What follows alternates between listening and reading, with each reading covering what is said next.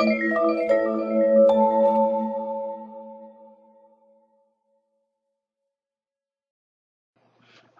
my name is Stephen Walther, and in this video, I'm going to provide you with an overview of ASP.NET MVC controllers.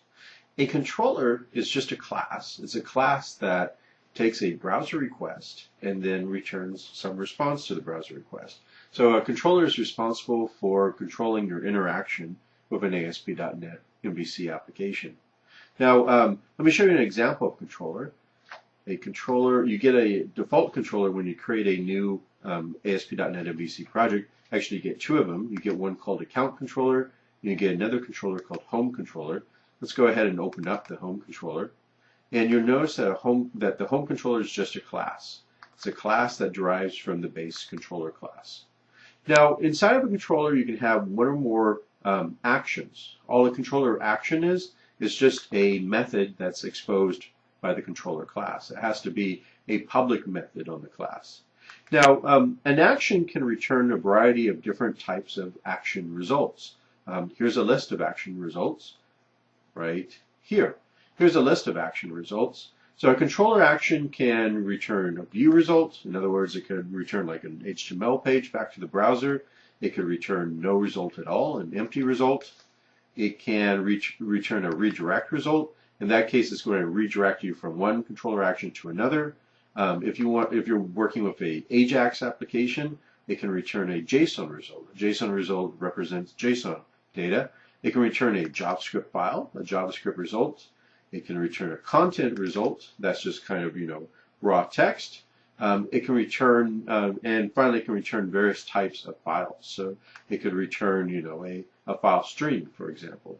So there's a lot of different types of data that a action can return. Typically, though, you don't create one of these results directly. What you do instead is you use one of these methods of the base controller class to return the different types of results. So this list here is a list of methods of the controller class. So if you want to return a view result, you don't new up a view. What you do instead is you return a view. You call the view method of the controller class. You want to redirect someone to another action, what you do is you call the redirect to action method of the controller class. Let me show you some examples of that. I'm going to switch back to our home controller here, and let's say that we decide, you know what, we don't want the about action to return a view anymore.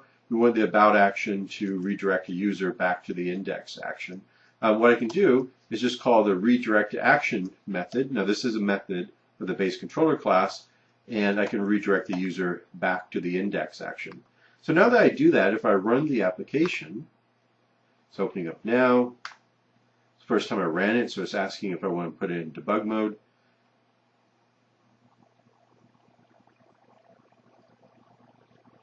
When the application runs, now if I click on the About link over here, notice I end up back on the home page. So it's redirecting me back to the index controller action, and the index controller action has rendered out the index view. Typically, you return an action result from a controller action, but in reality, you can actually return any type of result that you want.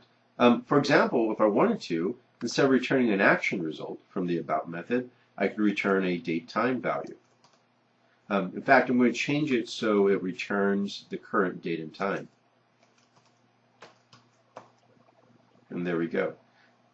And now when we invoke the About action, it's going to return the current date and time. Let me go ahead and run this and show you.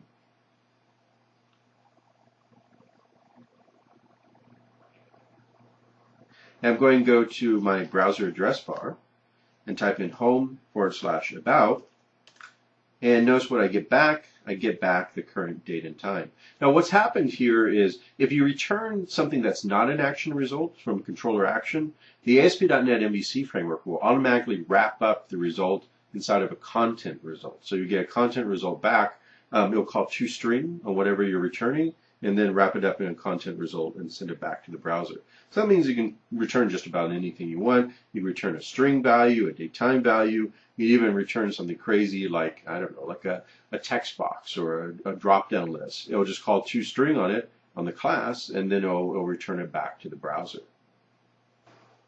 So that's it. So in this video, I provided you with a brief overview of ASP.NET MVC controllers and ASP.NET MVC controller actions. You learned, about what a controller is. You also learned about the different types of results that can be returned from a controller action.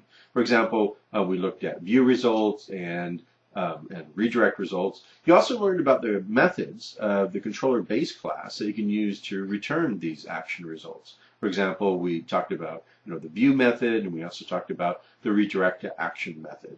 And finally, I showed you how you can return any type of value at all from a controller action, and explained how the ASP.NET MVC framework will automatically convert that result into a content result and send it to the browser.